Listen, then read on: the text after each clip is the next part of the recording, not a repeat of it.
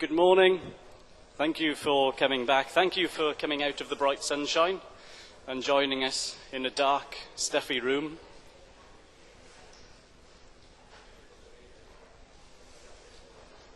If you can all please remember to turn off your mobile phones, the sound on your laptops, PDAs, and any other electrical equipment.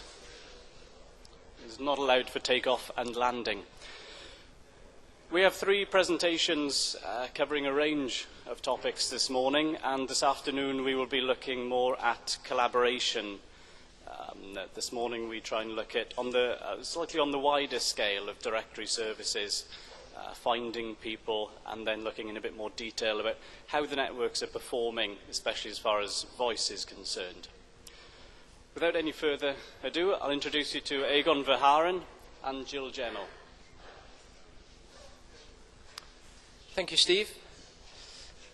This first presentation is about some of the tools that we need for video conferencing services. In the last 3 years at the Trainer conferences, I've been presenting about video conferencing services and the growth of video conferencing services in Europe. And I will conclude my presentation of 4 with the first slides of this presentation.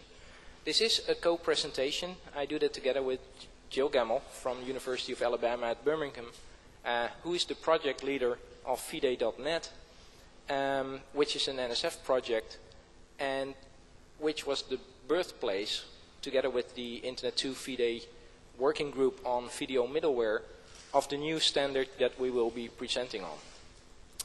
After this presentation, we will hear from Ben Teidelbaum, also on middleware for video and voice services. And then the last one is indeed, like Steve said, about the quality of networks to guarantee that video conferencing services can be used by the different users. When we started off this 4 years ago, there was talk in the task force from Trainer, the TF Stream, to build a European video conferencing services. That never took off, but slowly more and more NRENs started to build up their own video conferencing service. And this is the overview of 2003 and the number of video conferencing services. The green means that the national NREN or another organization is running a national gatekeeper and supporting organizations in setting up video conferences within their research network, but also internationally.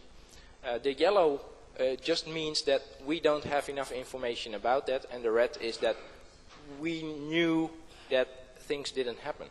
Now, I'm very proud to say that the number of video conferencing services is still growing. This, by the way, was a picture on H323 video conferencing services. What we've seen now is not only the growth of H323 video conferencing services on a national scale, but also on the institutional scale, and even more and new services are introduced, like SIP, voice over IP on other things, the VRVS, the access grid nodes, all video conferencing services. If we look at the growth of H323 based video conferencing services tied into a worldwide system so they can all dial each other, we see that the map has considerably changed, and we only have a few non-green spots. If you have information about those non-green spots, please see me, and we can update the chart. Now, if the number of video conferencing services grows, it means the number of users is growing. And it means that we need more tools to manage these video conferencing services. Make it easier to set up video conferencing services, maintain the video conferencing services, provide help to the users. This presentation is about the first such tool. And by the way, this is the whole list that we see now. This comes from the FIDE.net directory, which is a worldwide overlay network of connected video conferencing services. And you see here that the list of nations running such a service is growing. In order to do that, we started to work in an international project, an NSF-based project that Jill is going to talk about more, and it finally resulted in an international ITU standard that is now being supported by different prototypes and different vendors. So So over to Jill, who can tell you more about H350. And by the way, we end with a small demo of some of those directory services.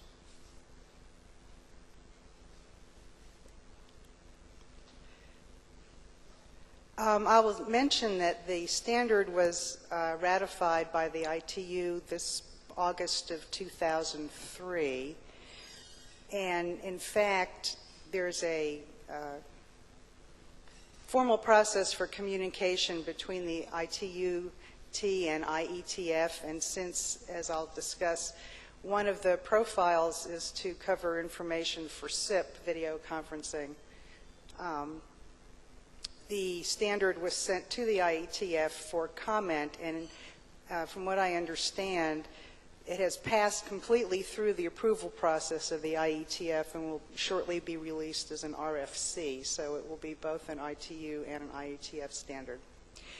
So when we began from our experience building this international VDNet mesh of gatekeepers, we found in scalability the following problems which we wanted to address in designing what is now H350. In H323 especially, the architecture is based on endpoints, whereas usually you want to call people, not equipment. We wanted to have integrated white pages, and the integration should be with the central authoritative identity management systems that universities and other large organizations were putting together.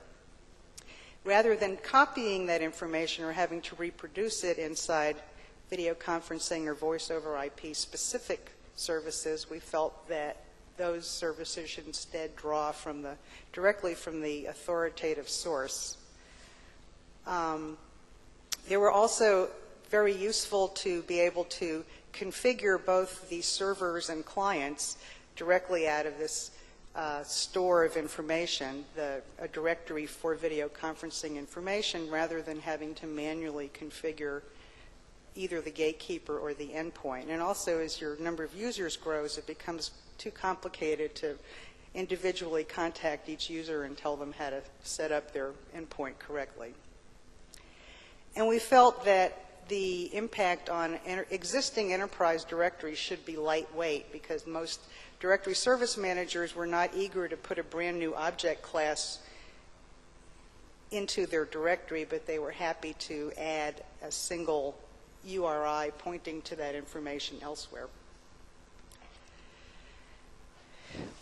If you don't have some make use of your central identity management store, what's starting to happen is what you see in this picture. You have an enterprise with a central directory of users, but the video and voice over IP managers are starting to build their own directories of users, and maybe they don't spell people's names right, and maybe the names there don't have an identifier that allows that information to be related back to the central directory store. And also, video and voice over IP are very good at running video services, but maybe not so good at managing identity management. And for end users, you have a complicated mess where, well, who do I call if my last name changes, or I have a problem, I'm trying to find, I can't configure my endpoint, or I've forgotten my password. Now, who is it that manages my password? If you have too many centers providing duplicate services, usually none of the services run very well. So these are the problems that we were trying to address in designing what is now H.350. So what it is an LDAP schema. It's a standardized way to store information that's specific to video conferencing and voice over IP services. It has simple basic elements that are defined by attributes that are described in each architecture's protocols. It's extensible. Each organization that implements it can add attributes that may be needed locally. And it's multi-protocol. It is not itself a protocol, and it's not just for H-series.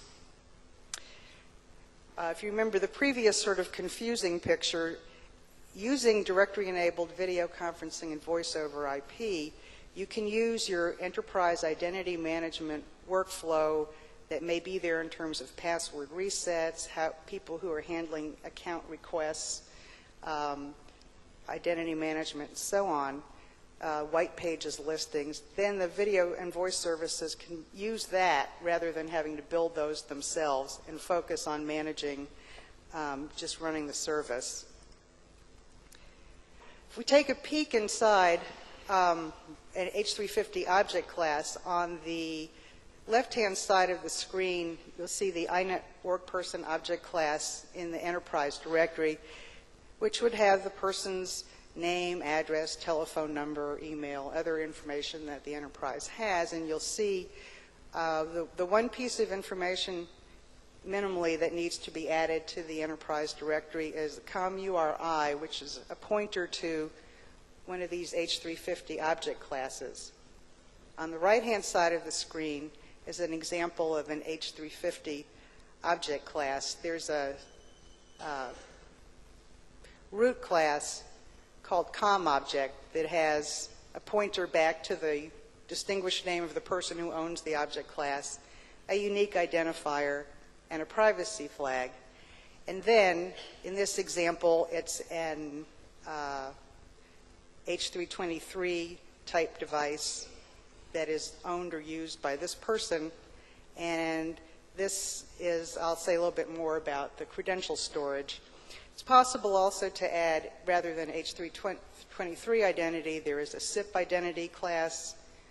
Some devices are capable of both SIP and H323. You could have both of those classes in a single COM object if the endpoint device is capable of doing that, and so on.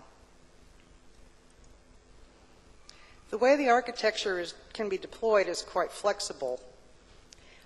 They can either be built out as two separate branches of a single tree, which is the way the first VDayNet object directory service was built, or you can actually build this in two physically separate and separately managed directory servers, which is the way we did it at the University of Alabama at Birmingham, because we already had a well-established central directory administered by the central IT organization and a separate group managing the video conferencing services.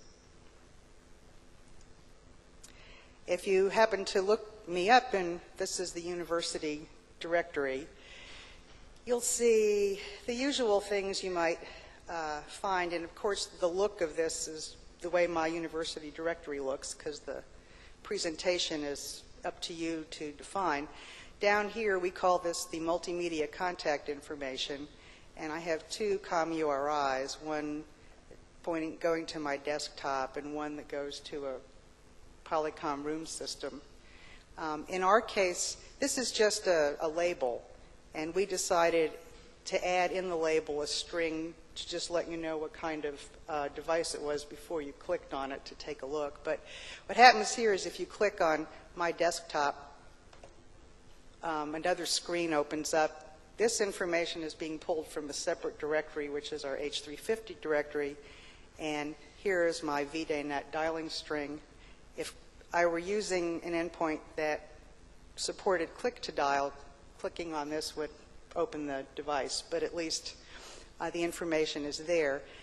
And the way we have it set up at my institution, if I log in with my Blazer ID, which is what we call our single sign-on password, I would be presented more information that would tell me how to configure my device, the gatekeeper address, the name of the person to contact in case I was having some problems and some things like that. And down here is this is our university phone book, we call it, if you want to have a look at it sometime.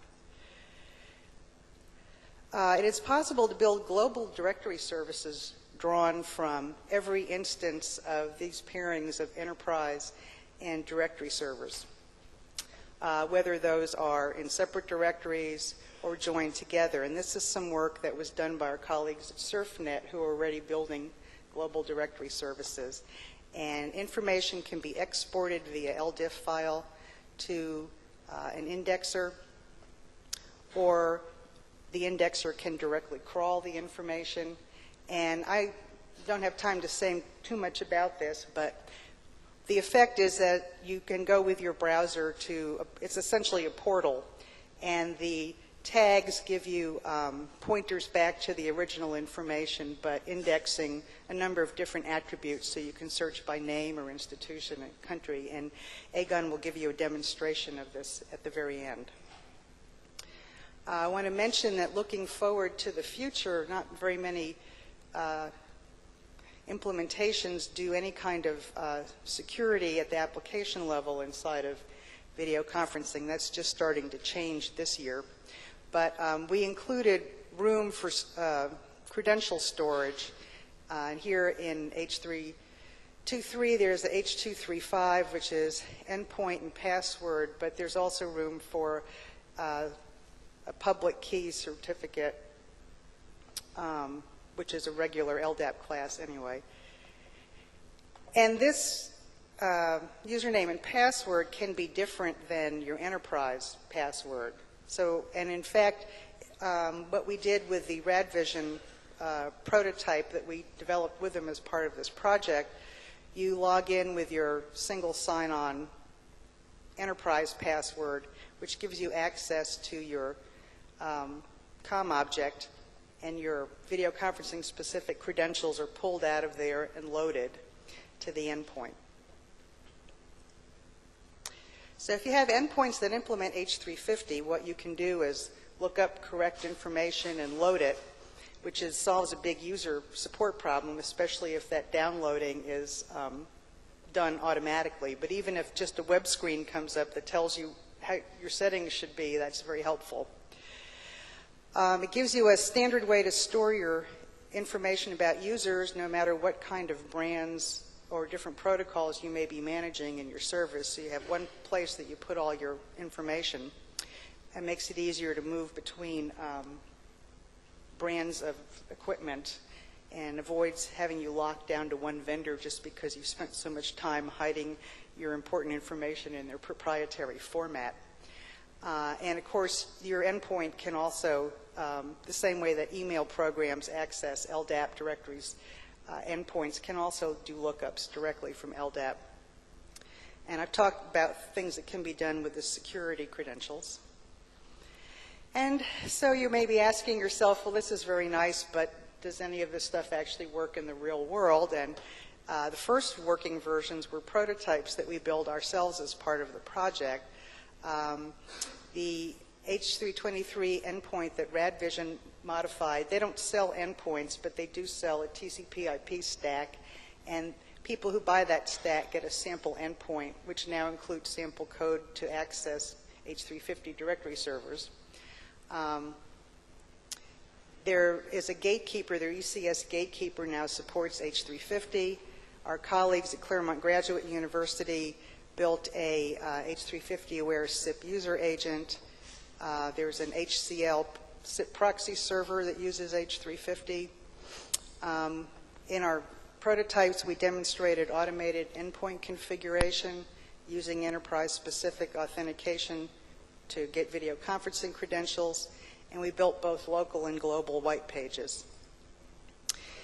Industry uptake is actually going even better than we might have thought. We've gotten quite a bit of coverage in network and like the Network World Fusion. I mentioned the RadVision ECS, the VCon. This is like their gatekeeper. They've announced support for H350, and should be either on the market or will be very soon because it was announced. The Tandberg, they have a management system software version 8, supports H350, the HCL proxy server, and I understand that Aethra has a product. Someone in CERN just told me this last week, but I don't know exactly which of their products supports H350. Also, Polycom, and digging around on their website, here's a accelerated communications plan, and it indicates H350 and directory services, at least in their near future development. We have also, as part of our project, developed a VDay H350 cookbook. Here's the URL for it, and it's the first item on the page. There's also a pointer on this page where you can download the CGU SIP client if you're interested. And the cookbook has quite a bit of written description about H350 and how to use it and so on, but probably the best part is there's about 200 pages of step-by-step instructions for how to configure iPlanet, OpenLDAP, and Active Directory. There are LDIFs specific to each of those directory servers for H350 and also for EduPerson in case you need to build a person directory as well. There are instructions on how to do access control rules and other things that administrators need to be aware of depending on whether they're in the same or separate directories. And there's example code for developers in like C and Java and some other languages. And we also have some example PHP and Perl scripts for once you have them, you know, doing a user request, administrator puts information in, and et cetera, et cetera. So in conclusion, before Egon comes up to show you the global directory, video conferencing services are growing. We all know that managing these services well provides scalability and ease of use for end users. And H350 standard and the cookbook are valuable tools in helping you manage your own services. And this project has received quite a bit of support and had a number of other people working on it that I'd like to acknowledge with this slide. And now, Egon. Okay. Now, if this presentation is too long to convince your managers that this is a good thing to set up, outside, which is now stuck to the desk. It's a hot day. It's a hot day. Whatever happened. Wow. Anyway, outside our brand new flyers. They're outside on the Terrain table.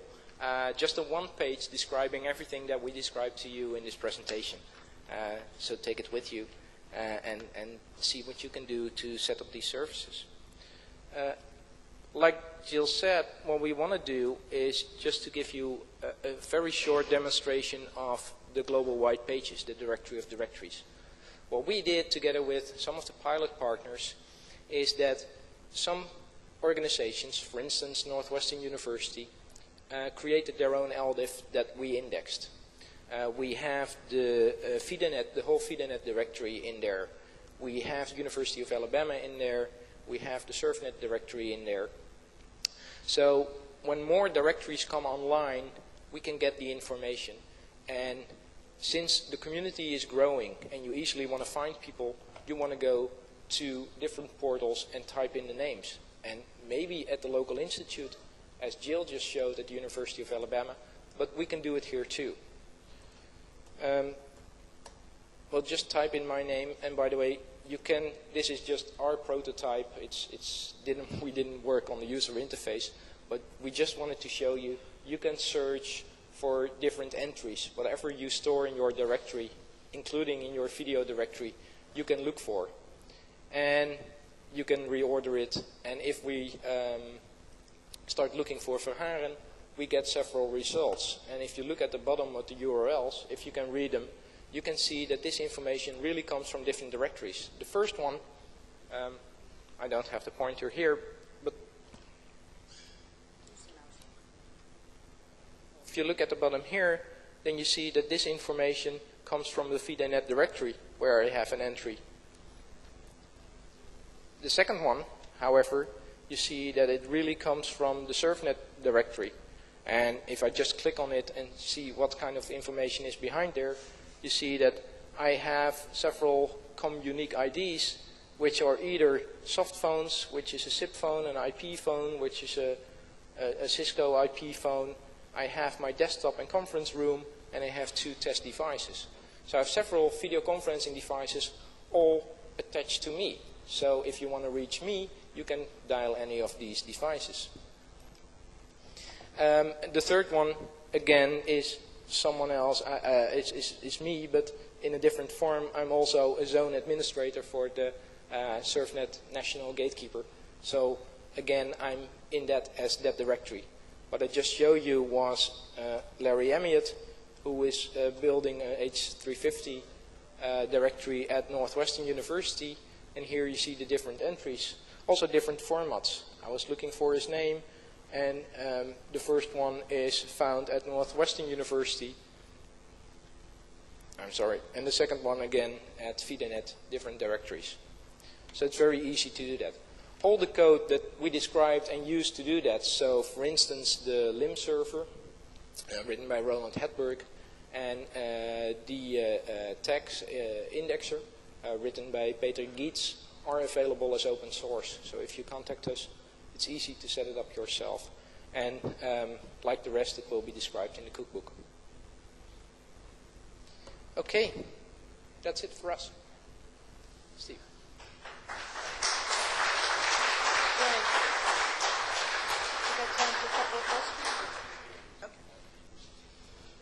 We'll put together the questions at the end once all four speakers have spoken, if that's okay. Next, I'd like to introduce Ben Tiedelbaum, who is Program Manager for Voice and Integrated Communications, which I think is a lovely title for Internet 2. Ben. Thanks. Will you give me a 5-minute warning? Yes. Time tends to dilate a little when you're up here.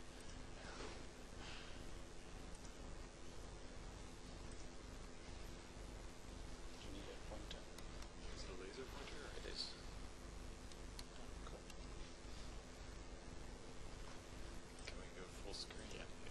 Super. Thank you. So this is going to be a kind of a survey talk of some fairly recent strategic thinking about how to do real-time communications in Internet 2, and some recent work that that spun up in the last year in this area. So very much like the previous talk, there's a very central role for middleware in making this whole new world of real-time communications happen. So, quick outline. I want to talk a little bit about voice over IP generally, what we mean by advanced voice over IP. Advanced is the word we stick in front of everything to show that we're pushing the envelope. Some history of communications technologies and relevance lessons that can be learned.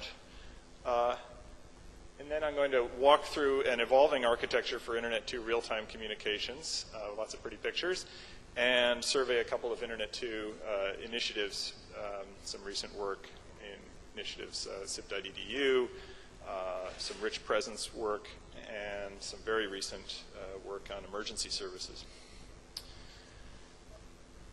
Voice is arguably the dominant real-time communications medium for human beings. This is a factor of evolution. This is a factor of trying to communicate with each other in the dark on the African plains. Technology is not going to change this. Voice is central. If you don't believe this, think of how many video conferences you've had that were successful where the audio didn't work. Think of how many voice conversations you have daily without video that are successful. Voice has been a killer network application for more than 100 years, and all evidence suggests it will continue to be a killer application. Per capita voice minutes continue to rise, even as we get busier and busier, and per capita spending on voice services continues to rise. Of course, we are moving from the PSTN to packets. What does this mean? Well, this has been long promised, long delayed, and it is still inevitable. Things are still happening. Things are actually picking up quite a bit this year. Convergence has happened in the core of many carriers over the last 5 years.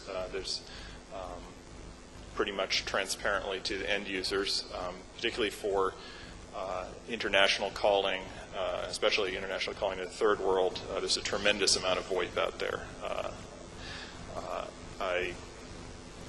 I believe that in excess of 80% of the international voice traffic into Mexico is voice over IP. But as this convergence is happening, what are the drivers? Well, primarily cost. Toll bypass, has been a huge cost driver, but also other elements of convergence as voice moves into the enterprise. IT managers are increasingly asking themselves why they need to have a $10 million switch that takes up a whole floor of a building, why run 2 networks, 2 staffs, and so forth. There's a real sense that converging voice and data will result in real savings. And a realization that voice is just another network application, so let's get on with it and run one really good network. There have also been a lot of dampers, a lot of worrying about quality of service, much of which I believe is unfounded. 911, emergency services, that's the emergency services code in the United States. CALIA, legal wiretapping, and a whole set of regulatory expectations that have evolved around voice, and a whole set of user expectations have tended to damp this convergence and this replacement of the PSTN and of TDM voice services. FUDGE stands for fear, uncertainty, and doubt. Another big damper has been just too little user pull. But if voice is so important, why should we be satisfied with merely replacing the PSTN? If it's so central to how we communicate with each other, maybe we should think about displacing rather than replacing. And in fact, users are already displacing their usage of the PSTN, especially of landline PSTN in particular. And they're doing so in ways that actually make interesting trade-offs. They are moving to cellular, which gives them poor fidelity and poor reliability, but gives them single number reachability and mobility. And on campus, a lot of kids are arriving now used to communicating with these walled garden integrated communication suites, AOL, Instant Messenger, MSN, Yahoo, blah, blah, blah, Skype. And they're moving to these not because of cost. They're moving to these because they offer value. And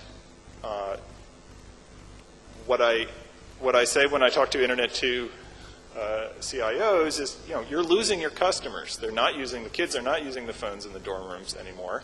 They're still spending a lot of money on voice, but you're losing your customers because you are not meeting their needs.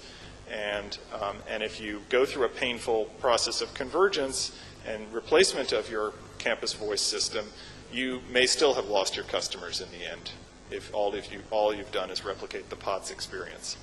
So we need to think, especially in the context of advanced networking, how we can make advanced voice-centric applications and really push the envelope and address some of this user pull. There is user pull that the users are leaving our campus services. So there are many potential dimensions that we can improve voice. Fidelity. There are significant components to the human voice above 4 kilohertz. The current level of fidelity was a good engineering decision at the time based on the power spectrum of the human voice and the economics of copper in the early part of the 20th century. But we can move beyond this now. We can go to what's called wideband audio. And it really makes a big difference if you try it. If you try having a long conversation with somebody, instant message, using one of these wideband codecs, which you can find in Skype or Microsoft Messenger, it does make a difference. Privacy, we've got general purpose endpoints. We can encrypt much more easily. General purpose computers at the endpoints. Addressing, why should we be known by these impossible to remember phone numbers and have to rely on complicated white pages and so forth? There are many interesting dimensions of mobility, not just geospatial mobility, but mobility across devices. Multiple users, single device, multiple devices, single user, even mobility within the context of a single session can be useful. Using say the screen of your desktop for some functions and the speakerphone on your desk as a high quality audio I/O device in the same session. Survivability. We actually have a project, an initiative in Internet 2 on voice disaster recovery, and if you assume the PSTN is going to be around for a while, it has failure properties that are very different from the Internet, and if you use the two in conjunction, you can attain a much higher level of dial tone survivability on campus. And that's increasingly a big deal. So, of course, integration with other media types, instant messaging, video, and so forth. Presence, I'm going to talk about quite a bit later in the talk. And emergency services I'll also mention as an area where we can actually do better than the PSTN. So what vision of advanced voice-centric communication should we all be working for, given this, fabulous range of opportunities for making voice better? Well, I actually have no idea. And we should be humble about predicting what users will want to do. They tend to surprise us. And of course, we should be humble about it, making predictions of the future. But how could we nurture this wonderful future, whatever it's going to look like? And before answering that question, it's useful to consider a few points from the history of communications. The first is, this is actually a wonderful summary by Bill St. Arnaud of an even more wonderful book by Charlie Fisher on the early, the history of the telephone network in the United States. But basically, the bottom line here is that Alexander Graham Bell and his financial backers spent about 30 years trying to figure out what this device was actually good for. And they had all sorts of cockamamie business plans that it was going to be used for distance learning, that it was going to be used for telemedicine, the doctor is going to consult with the pharmacist, and how could we market to doctors and pharmacists, and that we'll actually use it to present concerts remotely and these sort of things, church services. And what took them by surprise was that basically middle-class housewives started using it to just gossip. And that was the killer application. And they initially tried to suppress this because it was an abuse of the network and especially of party lines and so forth. And then they realized that, hey, there's a real market for this. People just want to talk to each other. And they started to market the telephone as a general-purpose communications device. And the rest is history, as they say. But it took them a while to figure that out. Again, with email. We built this fabulous thing called the ARPANET that later matured into the Internet. And Jim Roberts here had not included electronic email in the original blueprint for the network. And in fact, in 1967, he called the ability to send messages between users not an important motivation for a network of scientific computers. So, and again, the users found an interesting way to use the network, and it was merely to communicate with each other. Again, peer-to-peer file sharing took us by surprise in Internet 2, not foreseen, but very much made possible by the level of connectivity supplied to millions of dorm rooms, combined with some external directory services in the form of Napster and its ilk. So, the lesson here is that we all, technology leaders and business elites, have a pretty poor track record of figuring out, of guessing how users will want to use our networks and what the killer applications will look like. And we tend to underestimate social or seemingly frivolous uses of technology and overestimate the importance of content. Users are motivated to communicate with each other in innovative new ways if only they can connect. So,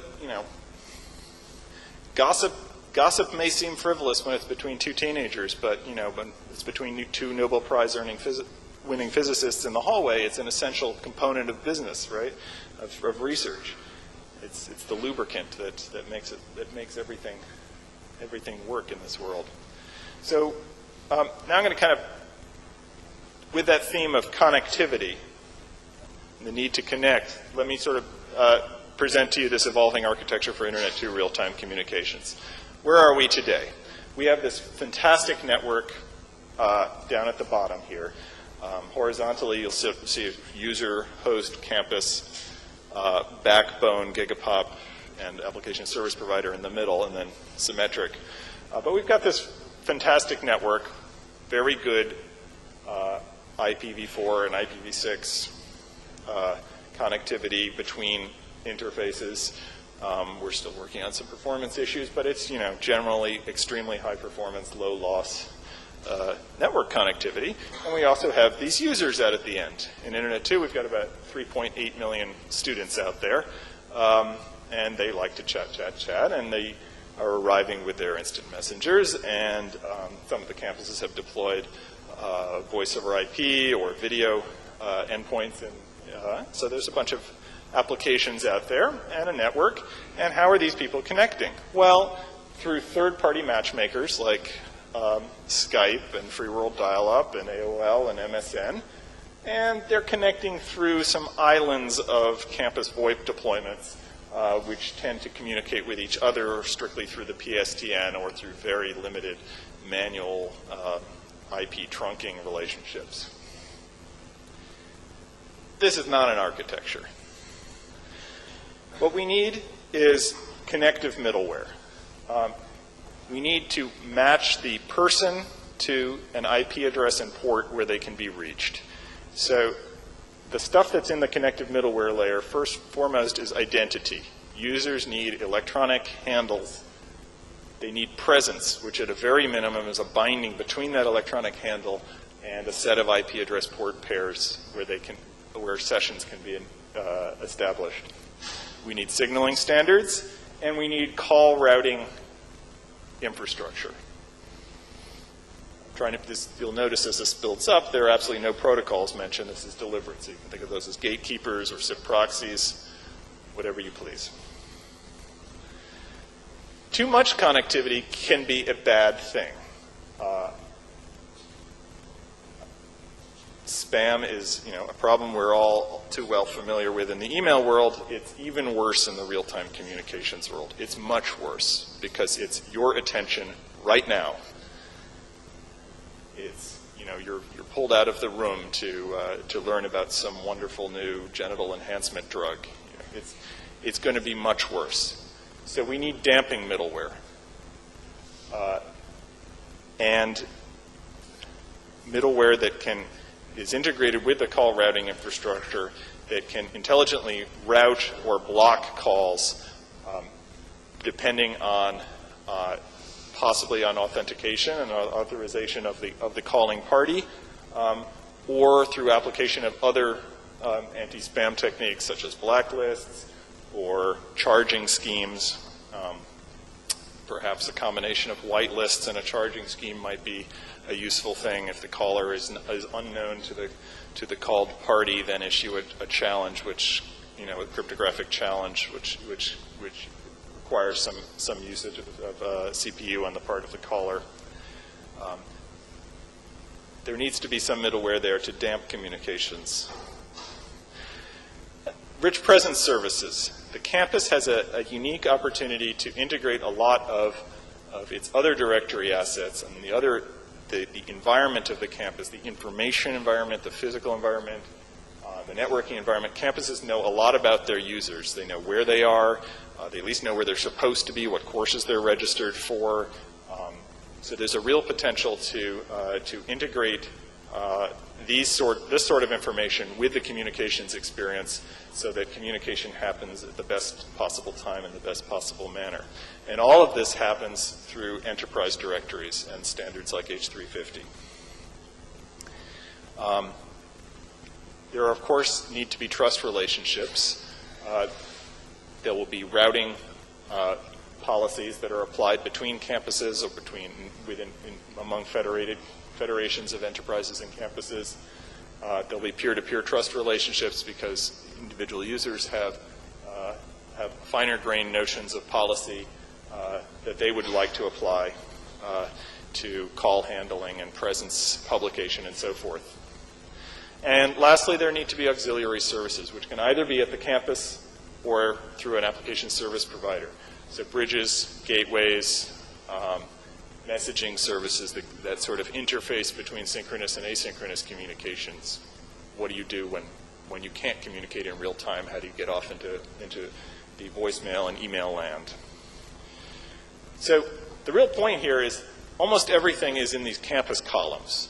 And all the action is going to be at the enterprise. Voice is just another service. It will look like email.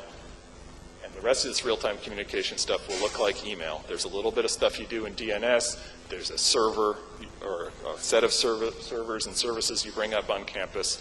And most of the action is going to be at the campus layer.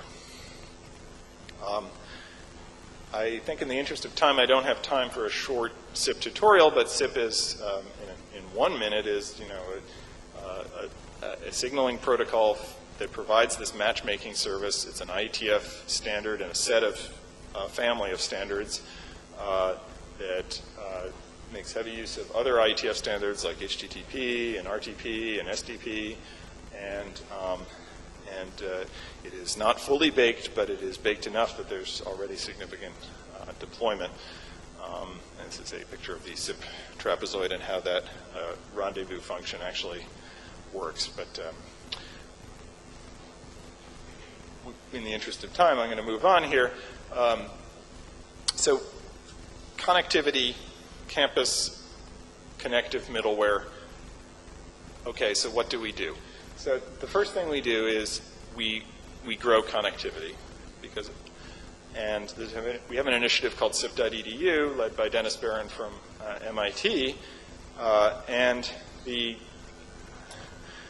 goal here is to really grow as rapidly as possible the number of SIP reachable users within Internet 2, SIP voice reachable users, thereby increasing the value proposition for end users who are already sort of using these new applications, and promoting a converged electronic identity, which you'll see in a minute is the email address, and a low-cost way for campuses to get their feet wet, start running a useful initial SIP service, and start to deal as a community with how to mature the services beyond the initial useful service.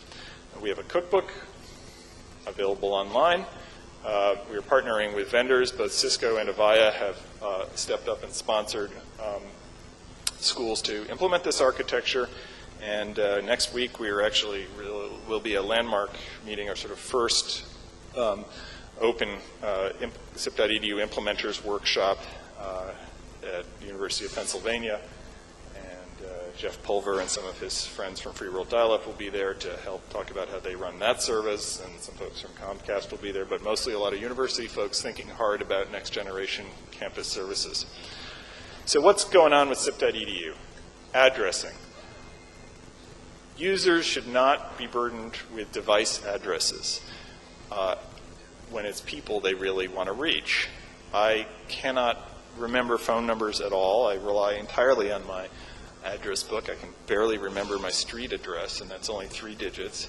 But I know everybody's email address, and I've got thousands of email addresses cached in my mail client.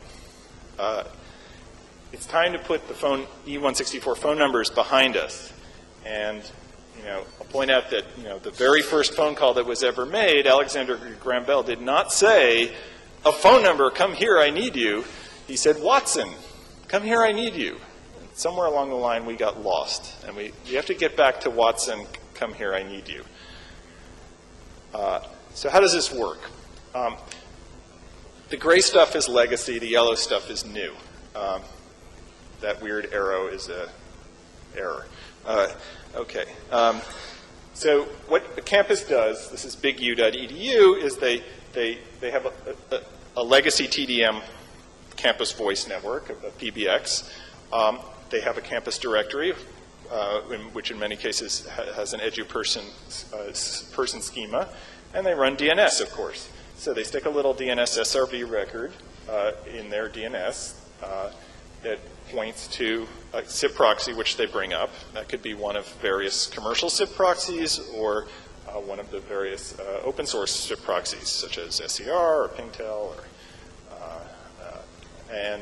and they stick a SIP to PBX gateway in front of the PBX. So Alice, who's out there in user land, decides really likes this. She discovers she's got Windows XP. She really likes this thing, and she's going to try to call a lot of people on it. and it's already, it's got Messenger built in, bundled in it. So she decides she wants to call Bob. And Bob is a poetry professor or something. He only heard of the internet last week, and he has this dusty old ISDN phone on his desk. But Alice types Bob's email address into her SIP user agent, and the user agent does this SRV resolution, goes off to bigu.edu, initiates that SRV query, and learns the IP address of the SIP proxy, which they've brought up. Alice's SIP UA sends the invite off there, and the invite looks like sip:/bob@bigu.edu. Now the SIP proxy, here's the magic, consults the campus directory and rewrites Bob to his internal 5-digit extension, and sends the rewritten request URI, the invite, to sip:1234@gateway.bigu.edu, which then rings Bob's dusty old ISDN phone, and Bob says, hello, and Alice says, I sip.edu'd you, and he says, what? So then the IP voice gets gatewayed in this manner. So in this manner, we get everybody on campus with a phone number in the directory is now SIP reachable inbound. This is fairly low cost, $10,000, $15,000, a week or two of an engineer's time, and you've got something useful. The next step, coming real soon, is that the campus kind of gets excited about this. Users discover it. They want to register. Bob gets all excited about the internet. He wants to register his UAs. And so the campus starts supporting UA registration, in which case the invite comes in as before, but first the proxy checks whether Bob actually has any UAs registered, and if he does, then he rings them, possibly forking to multiple clients. And then we've got an end-to-end IP path, and it's not just POTS quality voice anymore. It's IP voice, IM, video, whatever the market and whatever Bob and Alice's clients can support in common through an SDP negotiation is what they will do. So we've got a couple campuses up now. This is the time on the x-axis, reachable users on the y-axis. We have almost 100,000 users currently reachable. So you can currently SIP anyone with an MIT.edu, Yale.edu, UPenn.edu, Columbia.edu, or Internet2.edu email address.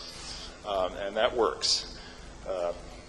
And we've got about 8 other schools, more than 8 probably, working on this. So we expect this to double or triple within the year. And you know, Metcalfe's law really kind of grow the value here. So that's SIP.edu, which is growing out this basic campus SIP connectivity and starting to think about UA registration policy, how to put anti-spam mechanisms in the SIP proxies, peering with other SIP networks and these sort of relationships. All of that is in the SIP.edu project. Another working group is the Presence and Integrated Communications Working Group chaired by Jeremy George from Yale University. Now, presence, as I said before, is this, at minimum, this binding between the user's electronic handle and the IP address port pairs where they're reachable, but it can be so much more than that. Henning Schultzrinne at Columbia University gave the best concise definition I've seen, and that is notification of events that facilitate communication. So you probably think you all know what presence is. It's online, offline, on phone, out to lunch. No one ever sets out to lunch, you know, unless they're really compulsive, because this all has to be set manually. So in effect, what we have now with the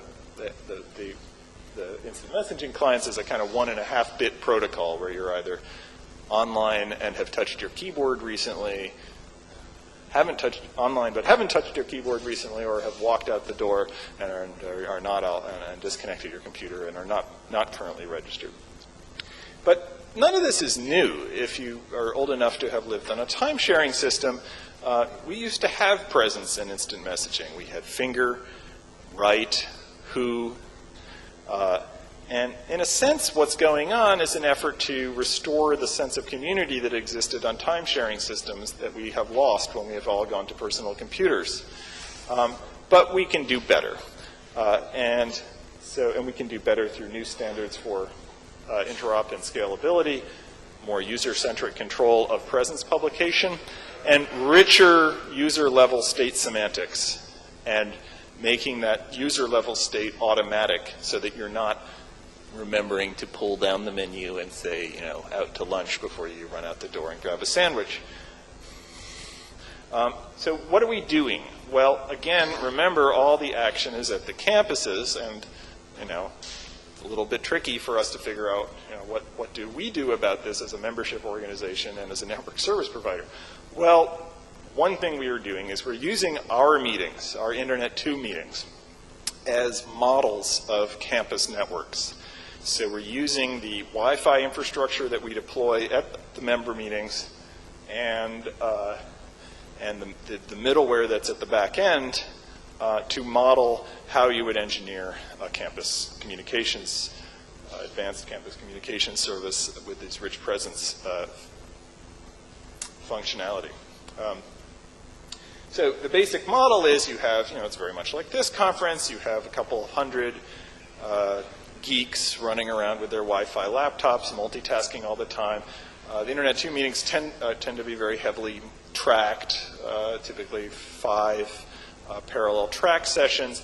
It's very much like a university. You know, the bell rings, everybody gets up, they mingle in the hallway, they go to a different class, everybody's wired all the time and communicating with each other while they're between sessions and so forth.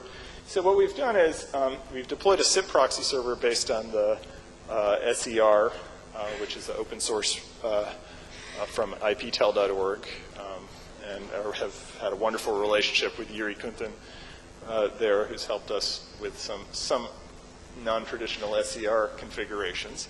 And we've integrated that with the registration database for the meeting, and we've worked with HP Labs to deploy an experimental Wi-Fi location service at the member meetings, and also integrated with the meeting calendar, and have worked with several UA SIP client developers to expose this new rich presence services to the users. Let's see. Okay, so I think I've said most of this. Right, highly participatory. We're working with Columbia, HP Labs, blah, blah, blah. Ford Motor Company has been very generous. Okay, so how does this Wi-Fi location tracking work? This is a project from HP Labs, Cambridge, Massachusetts, and basically these things look like traditional access points, except they only listen. So you all are sending out lots of information when you have your laptops open, and so what we do is we just sniff it. We pull it out of the air, and we pull out MAC address, IP address, and signal strength. And these are reported back to from various monitors that are deployed. These are called SCIFs. And they don't exactly triangulate, but you can think of it as triangulation. There's a best fit algorithm that's done based on pre-calibrated points in the conference center. And basically, the infrastructure spies on you. And we know where you are. So yes, all of this is shown here with the SCIFs, or send these packet MAC address, IP address, signal strength triplets back to the consolidator. It does this inference of location and then distributes this information to a set of web pages, and also through a presence agent, which is a set of extensions to the SER code. So the web view of this is a map of the conference facility. This is one of the trials we did at our Hawaii Joint Techs. And here what you see is a lot of MAC addresses and where they are. We then, but in fact we're actually pulling IP addresses out of the air now, and then cross-referencing them with the SIP registry to map to user identity. It also happens to be very useful for hunting down rogue APs. Our meeting staff has found this extremely useful. They've discovered that there is some rogue AP. They search for its MAC address, and voila, they've nailed the guy down to exactly what room he or she is in. There are lots of other ways of determining location, including some nice ways that are anonymous, where the infrastructure is not spying on you, but you're getting your information from, you're triangulating yourself from what you hear from APs or getting from room-based beacons. In a switched environment, you can do various things like CDP or an SNMP MIBWalk to find out which port a certain MAC address is connected to, and then through cross-referencing to a port location database, learn location. I've got only 1 minute left, so I'm going to zip along here. We're using a lot of the deploying in these rich presence trials, a lot of work that's emerging in these IETF working groups, GeoCrib, Simple, and Sipping. And to show you the kind of rich presence that we're actually exposing here, I present to you this mock-up. We have actual clients, but so the first thing you'll notice is we're hijacking everybody's address, so everybody's sip.edu reachable, and you see your buddies there, but you also see where they are. So you see where Alice is in Salon 1 and Bob is in Salon 2, and because we've integrated with the back-end SQL server for the calendaring database, you see exactly what session is going on in Salon 2. So there's an active session going on in Salon 2 called Deploying IPv6, which is over in 12 minutes. And so if you want to call Bob, by the way, there's a hint, which is the presence and location server is actually giving a hint, which is not okay to have voice conversations during active session. So by default, voice is disabled. Voice calling to Bob is disabled, and you see that before you even initiate communications with him. But you could IM him. He's sitting there with his laptop on, sort of only half paying attention to the session. Or you could go intercept him in 12 minutes physically as he leaves the door, or attempt a voice communication in 12 minutes as soon as the session's over. We are also running, because we know where everybody is, we're running active measurements to random hosts in each room and getting a per-room internet weather. So we actually know what the packet loss is per room. So before you even initiate communication, we could tell you that Alice has a video camera, but you're not going to have a very good experience calling her because of the packet loss in Salon 1.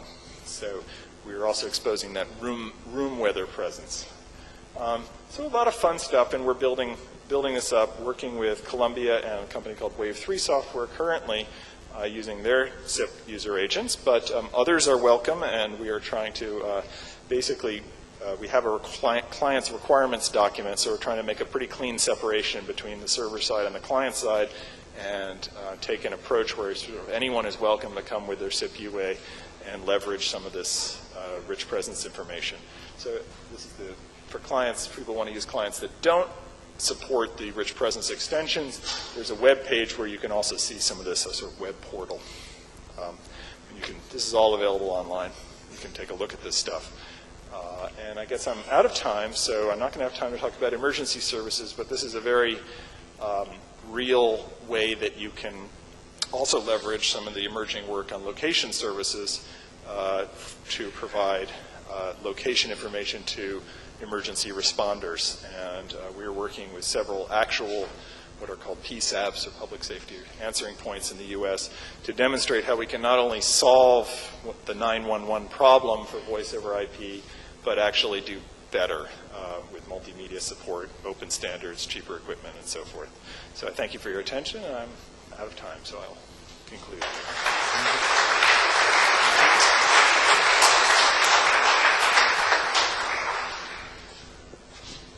So we'll do a few questions at the end. And for the final speaker this morning, I'll introduce Ian Marsh from the Swedish Institute of Computer Science. Thank you.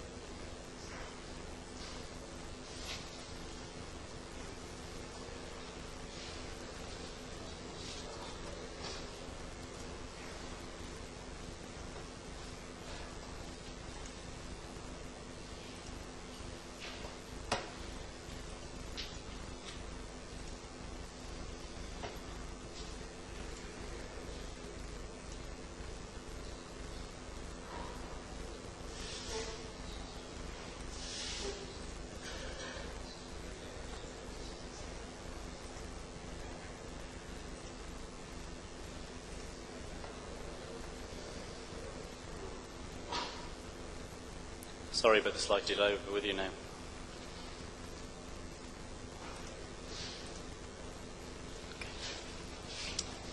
Kalimera.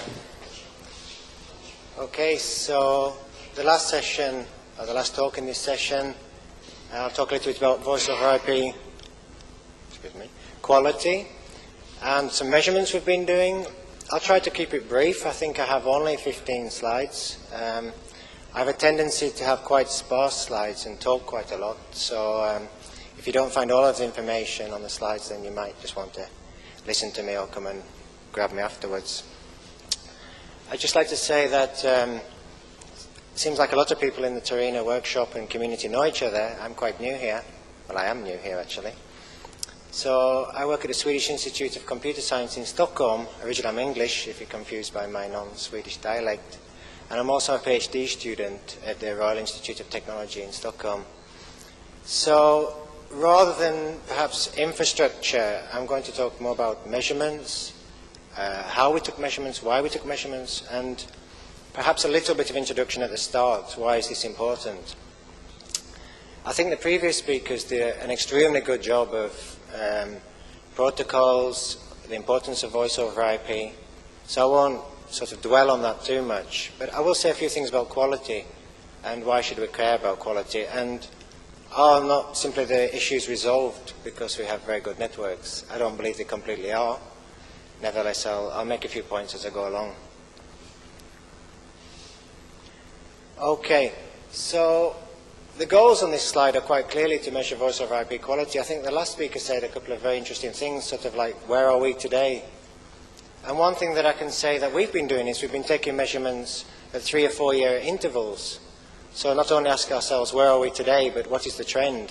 This is quite clearly important. If the trend for voice over IP is getting worse, then we need to do something about it. And I'll talk a little bit about the results of 2 separate measurement initiatives that we've taken at 3 or 4 year intervals. So this is quite important. There was one also very provocative and nice sort of statement about the vision of the last of IP telephony and voice over IP. I was so, I don't know, challenged. I thought I'd try and write down a small vision. I don't have it on the slides because I just wrote it down now.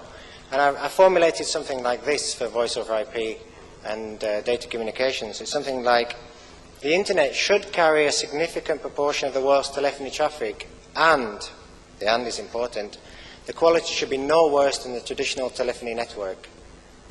It's not on a slide, I just wrote it down now, but this is the vision. The internet should carry a significant proportion of the internet traffic, of the world's telephony traffic, not only to Mexico, but across the whole world, and the quality should be no worse. It's clear that some people will use the internet if it's cheaper. Cost, of course, the equipment is much cheaper. But I can't persuade my grandmother to use the internet just because it's a few dollars cheaper or cents cheaper if she can't hear my voice clearly in Canada. So I think this should be the goal, that to make voice over IP, internet telephony acceptable and widely acceptable, the quality should be no worse. It does not, I mean, there are many people in the world who are not too rich, but many people who do have a telephone and will pay the extra cost. So I think this is kind of an important vision, at least for people doing voice over IP research. Just wanted to add that. Okay, so what have we done? We've measured the loss, delay, and jitter measurements of voice over IP in 2002/2003. As I mentioned, we did this initiative in 1999, and we'll compare the results. Perhaps the most important, excuse me, is we constructed a robust voice over IP measurement infrastructure. This takes a lot of work, a lot of time. Anybody who's done measurements, I'm sure, knows this. And this is something that we'd like to reuse on several occasions. So I'll talk a little bit about this in future work. But this is work that we do not only want to do once, take lots of measurements and then go away, because it's a lot of work. The data that we've gathered is public, of course. People can download it and just come to me. I don't really want to go through that now. And also that some people, I don't know if people follow, I'm sure they do, the research community, but people have gone measurement mad. People measure everything, and they love measuring, and you can probably get 10 PhDs just in taking measurements. And I think this is okay, and I think taking voice over IP quality measurements is okay, but the measurements themselves could be useful for other purposes. So, as I mentioned, the traces that we have of voice over IP quality are available. Last time I checked, there was at least 250 downloads of 650 megabytes, which is quite a lot actually. And from the mails that I've been getting back is some people have not been interested in voice over IP at all. They're just saying, well, I would like to find the state of the internet, and you sent an active series of packets to the internet, and can we have the traces? I said, of course, you can have them. But they don't care about the payload, whether it's voice or whatever, it doesn't make any difference. So, a small message to anyone taking measurements: be prepared for people using your data in a different way than you envisaged, and this has been a big surprise for me. Nevertheless, I will focus on telephony. I think that most people here are interested in quality, so I will take that track rather than the measurement track. Yeah,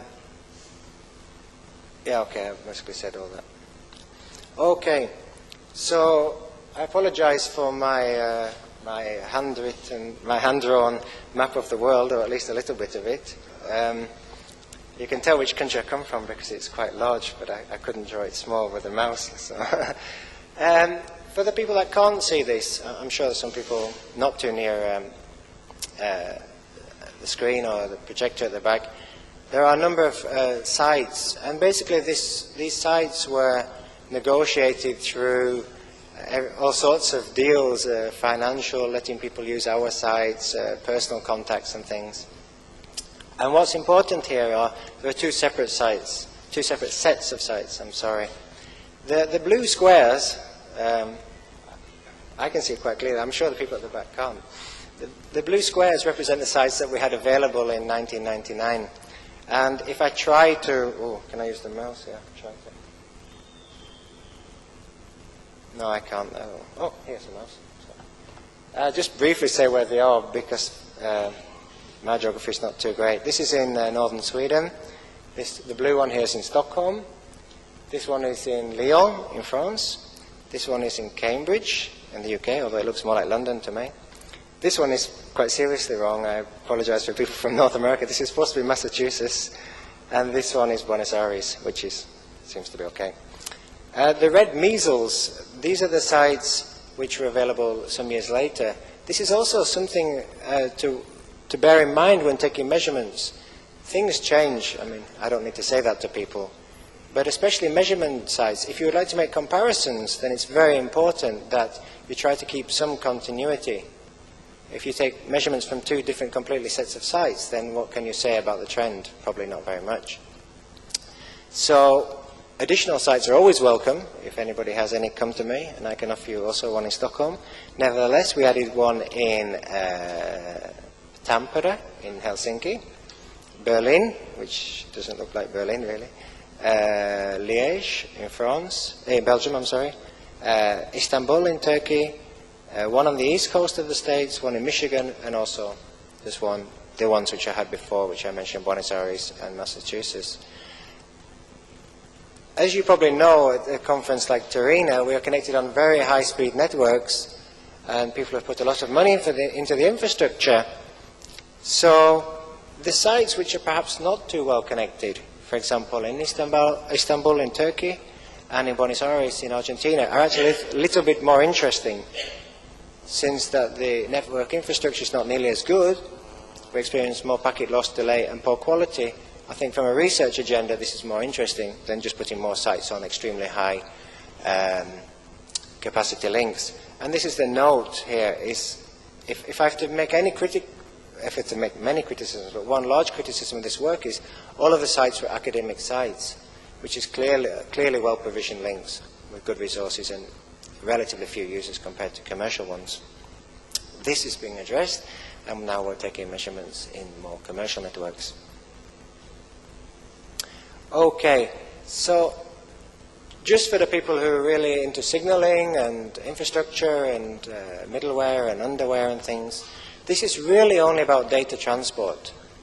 The signaling is essential. I mean, we can't live without it, but I'm only talking about the data transfer, the thing that really concerns us for quality, or at least once the call has been initiated. So what am I talking about? Measurements is, we measured the delay. I think, at least from a scientific point of view, this is not really sufficient. Exactly what did you measure? And in this case, we measured the time from the samples, denoted by the red line.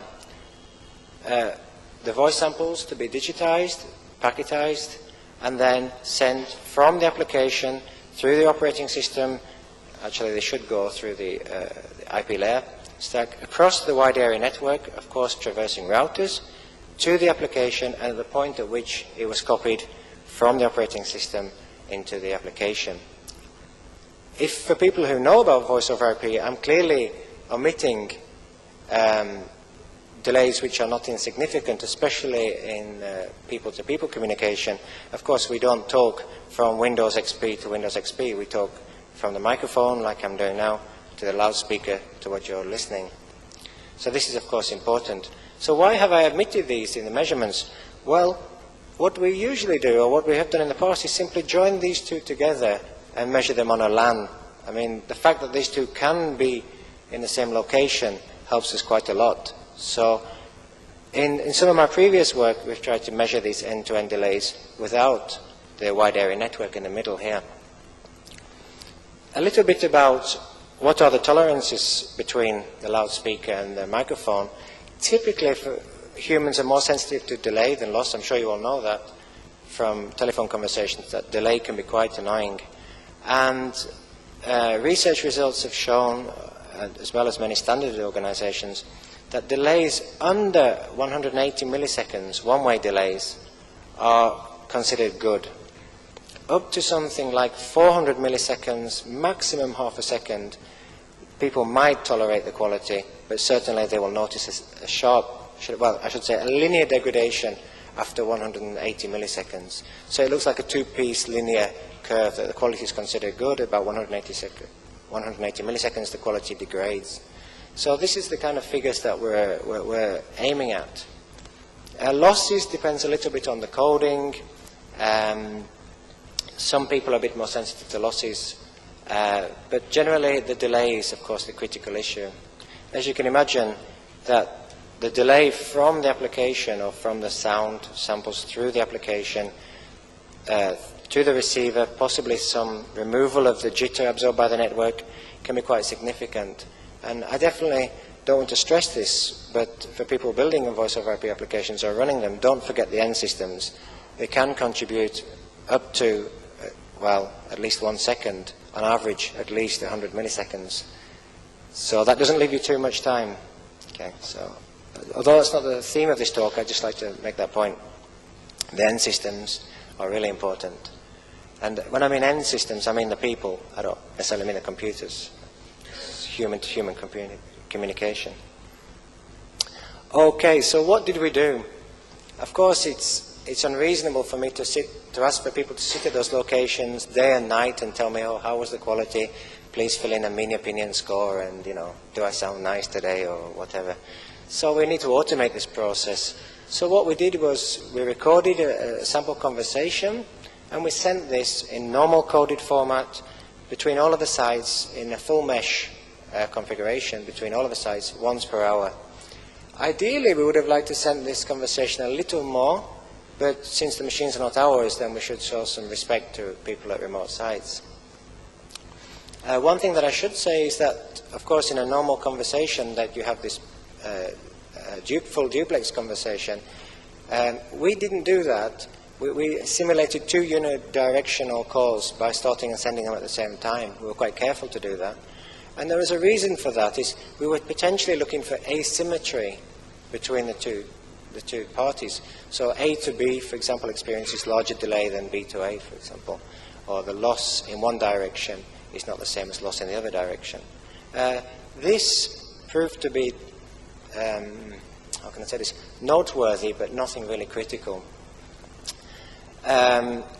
We measured the loss, the delay, and jitter according to the IETF definitions, so that people can say, oh, well, what is your definition of loss? We say, okay, just look in RFC 1889. We used our own voice over IP tool called Sixophone.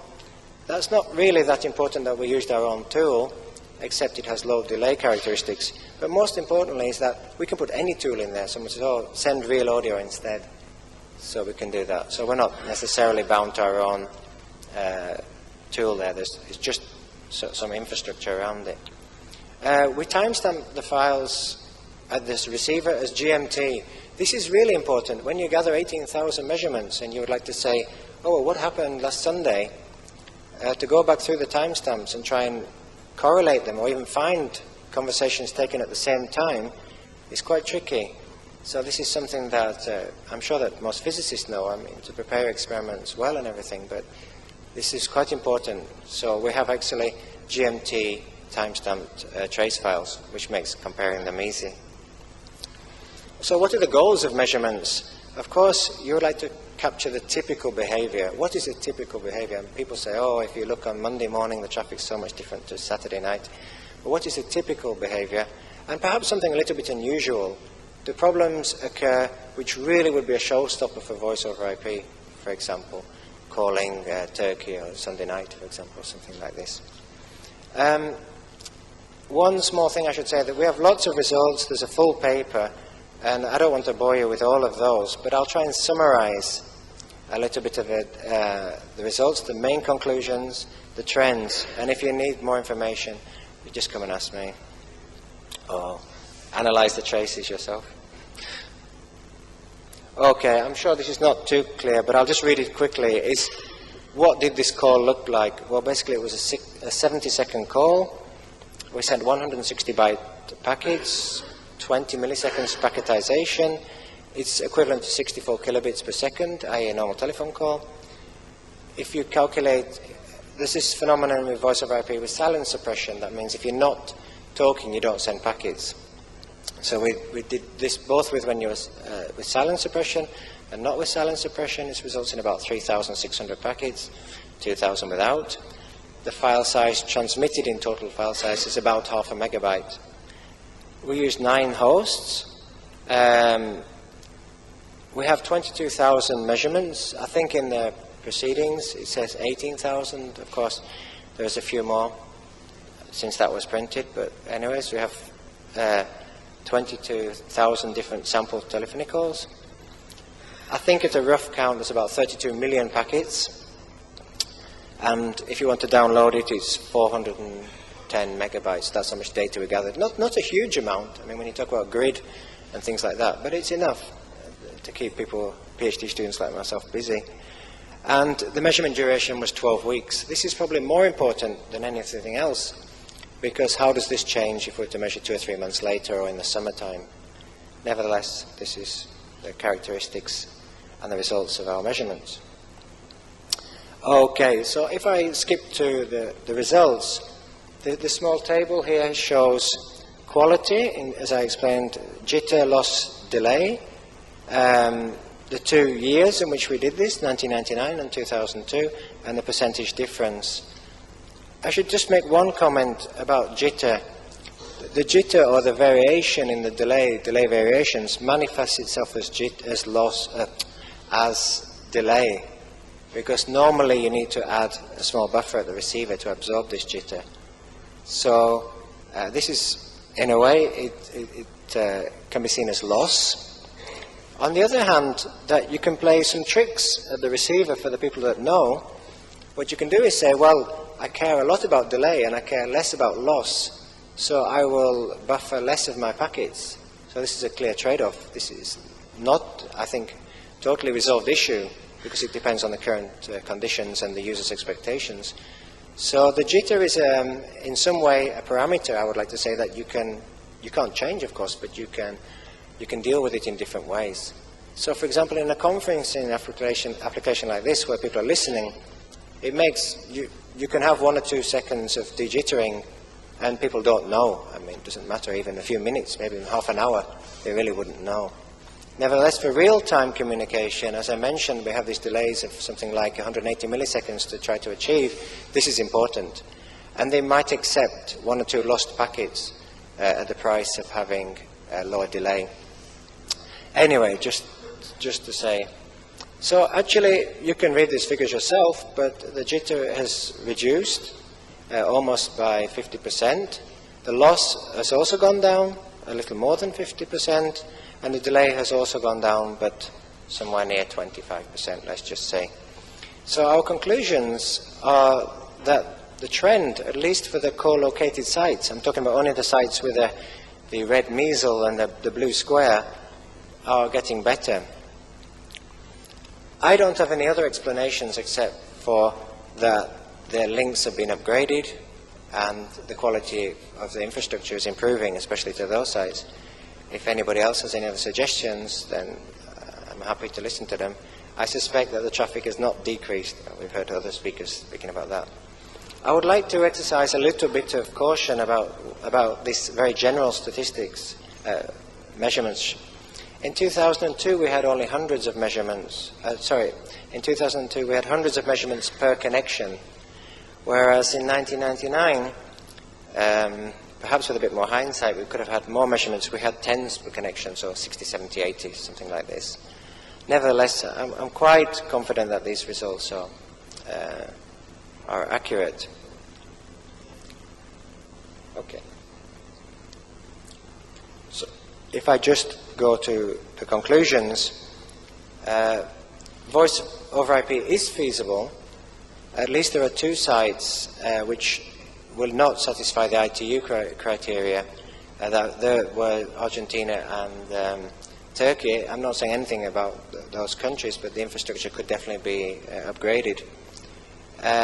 As I mentioned, low loss is less than 5%, low jitter, and most of them under 150 milliseconds. There are some practical difficulties. These are not to be ignored. You can download them there. Just one last thing, since this is one step ahead. If anyone's going to undertake measurement activities, plan very carefully. I mean, this sounds like an obvious thing, but plan and plan again. Be prepared for outages, configuration changes. They will happen, I guarantee it. And as much contact, human contact, we talk about technology, but I'm advocating human contact with your remote colleagues, just to say, well, what happened last week? We got all these strange measurements. They say, oh, we installed a new traffic shaper. Oh, thank you very much. It would have been nice to know that, but anyways. And to ask a little bit provocative questions, because you have all this data, and you say, well, what are you doing? And they say, okay, it's because of this. Okay, these measurements perhaps should not be taken the same way. We are going to continue these measurements on Planet Lab, for people who know Planet Lab. If you don't, just come and ask me. And also on wireless. I'm also involved in a sixth framework, a network of excellence called eNext. And we will use this knowledge in further measurement activities inside the European Union sixth framework. Okay. Thank you very much. Thank you, Ian. And if we